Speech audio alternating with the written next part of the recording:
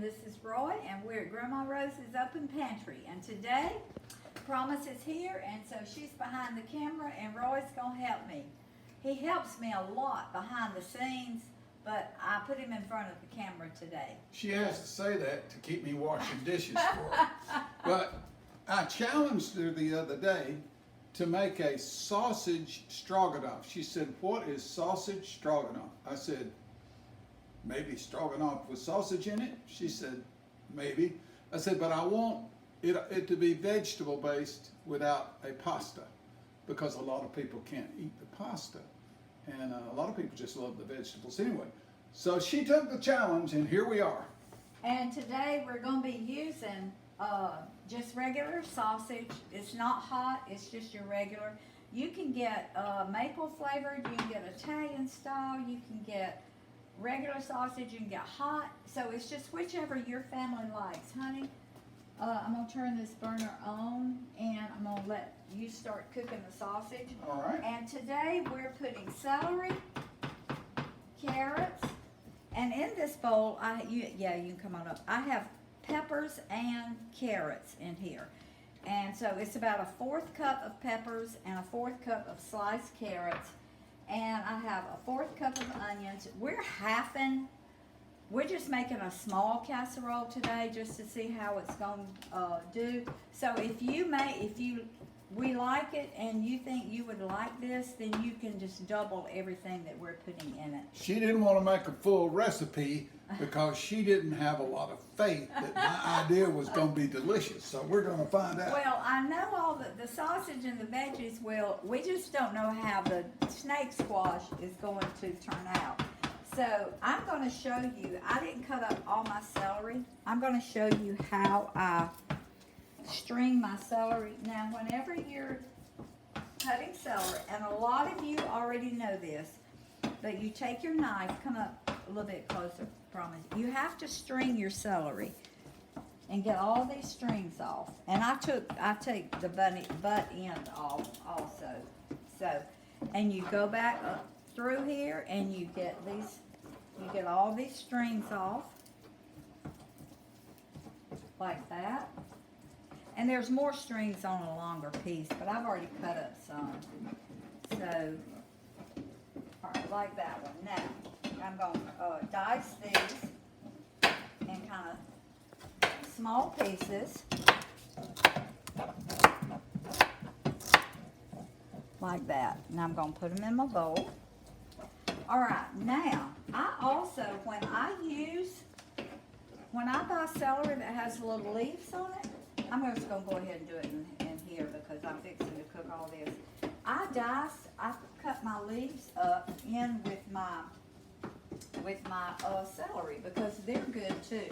And so I'm going to string this one. There's probably not many strings in this one because it's so little. And there's not. So I'm going to go ahead and my burner was on low, but I'm going to turn it up. And we like celery. So I think that's all the celery. I'll save this one later and eat it with peanut butter because I love peanut. Oh, Thomas just gave me the worst look. Peanut butter. I hate celery. I don't like celery. Oh, okay. I don't like peanut butter. That's right, you don't. Well, it's good with pimento cheese too. I don't really like that either. Take your celery and make some homemade pimento cheese and put it right there. Oh, it's so good. Now, this is our snake squash. And this is what it looks like. This is an older one that had been on the vine. This one is a younger one, but what you do, you just take like a vegetable peeler, like this.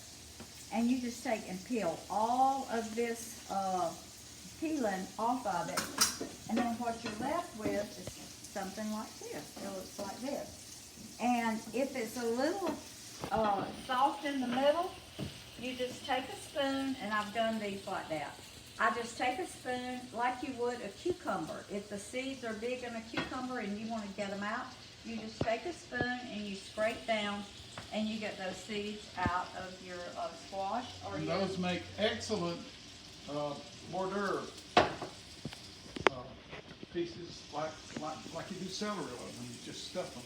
So those, once you clean out the middle, works really nice. And Thomas, come here and let me show them how. One second. Okay. I have cut this down the middle because in a big stroganoff that I made the other day, and this is kind of on the same line, I've used noodles. This is getting hot, so let me go ahead and put mine. And I'm going to cook all of this at the same time. Yeah, honey, you start stirring. Let me put my onions in. Okay. And so I want this to kind of look like the little rotini noodles that I use. And so I cut my squash in half, and you can do the same. I'm hoping you can do the same thing with zucchini, but the snake squash is a more, it's, what would you call it, honey? It has more structure. It has more structure to it. It doesn't break up, and this one doesn't have seeds in it. So it's more like a potato, this snake squash is. So I'm just cutting it in little rounds. I cut it down the middle so it's a little half moon-like shape.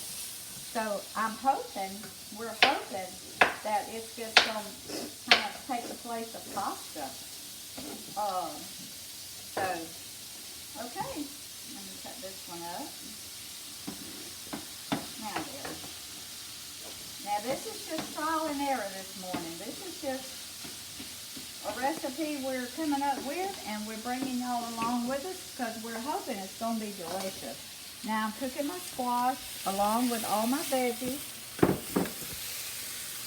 Now, as far as salt and pepper, that is to your family's taste.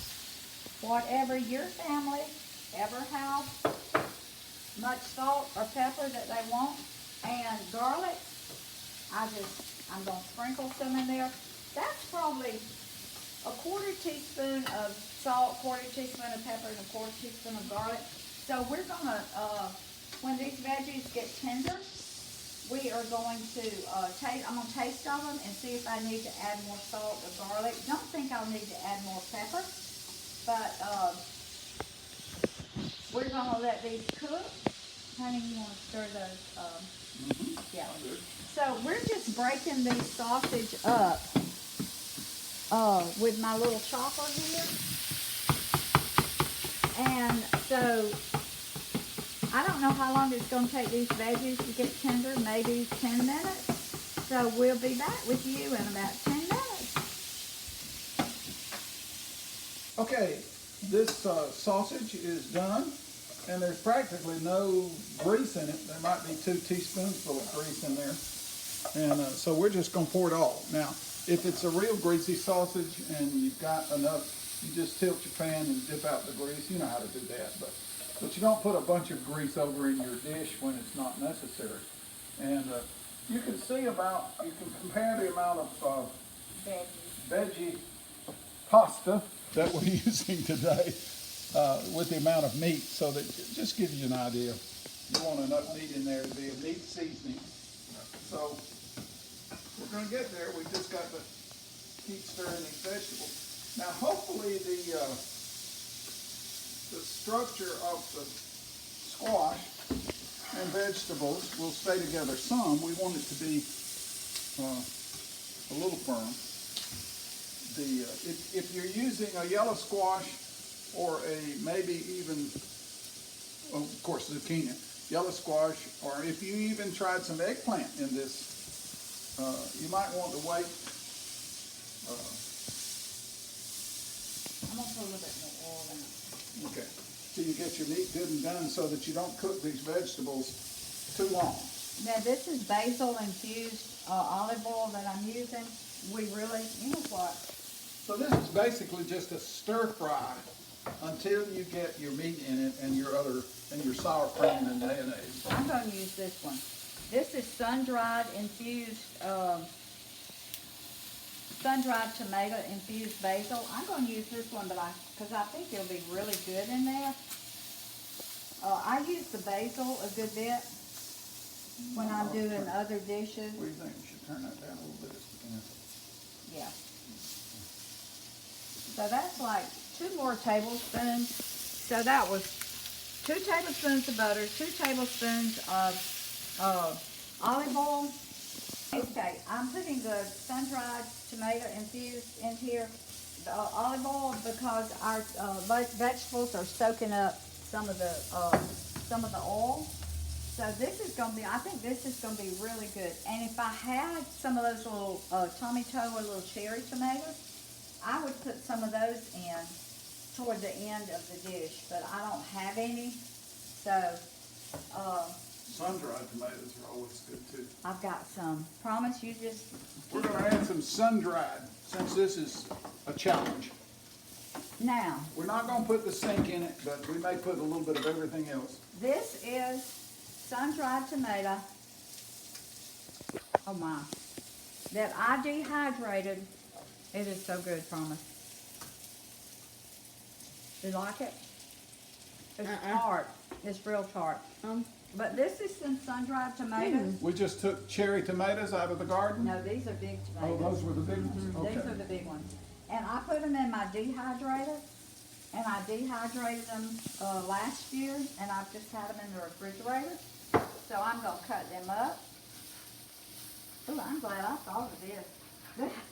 Well, with string wire now outside, if you want to do it the old-timey way, you can put them on a table in the sun and cover them with screen wire so that, you know, the flies can't I run on think them. our gnats and flies are too bad. Rose didn't want them out down that side. but- No, I just got a dehydrator. Oh, that was good now, though. Yeah, I know. Oh, yeah, that's gonna, This is going at to be least so good it hurts. okay. I'm going to do a few more. So that's probably about 1/4 of a cup of dehydrated. Now, I like the sun-dried tomatoes. The dry ones, I don't like the sun-dried tomatoes in oil. So, but I really love, and I dehydrate them and I put them in the freezer. So Keep I on got, tripping over your dog laying in the middle I of the know, floor. she likes to lay in the middle of the kitchen. So, I like to dehydrate them and put them in the freezer. So, is that squash getting tender, honey? We may have to cover it, I don't know. Tasty What do one. you think? I don't care, as long as it tastes good, whether it's, Because we're not gonna put this in the oven. that's getting good. Okay. We're not, do I need to put a lid on it and soften them up? I would for a few more minutes because everybody's not like me. I like the crunch. Anytime I can have crunch in food, I love it. You know, All right. I'll eat smooth peanut butter, but I'd rather have the peanuts in it. Sometimes if we only have smooth, Rose will be nice to me. She'll just crumble up peanuts and put in there. Not that she has to, but she'll do it sometimes. All right, I'm gonna put a lid on this and I'm gonna let it steam for probably 5 minutes. Yep. Okay, Yep. about 5 minutes. And then we will come back and we'll put all of this together for y'all. Wait just a minute. Our vegetables are ready. I'm tasting the squash. They taste almost like, and Promise tasted the one. She said, Grandma, that has the same texture as pasta. Almost. But now she loves pasta. Okay, I'm putting a little salt and I'm gonna put a little bit more garlic. And, because the squash did need a little bit more salt.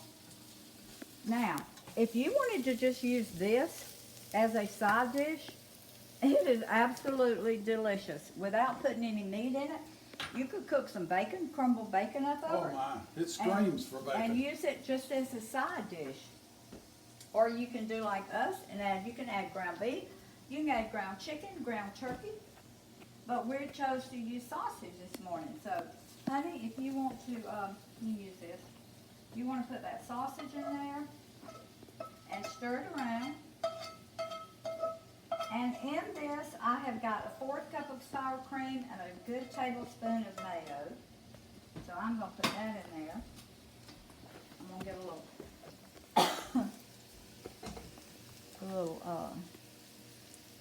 spatula here. And I'm going to add the rest of this because that's more than I thought. So it's going to be about a 1/2 cup of sour cream. I knew I had a little bit left in my container. All right, stir that around, baby. And let's see. This is killer. Let's see how This that's is gonna be. absolutely gonna be delicious.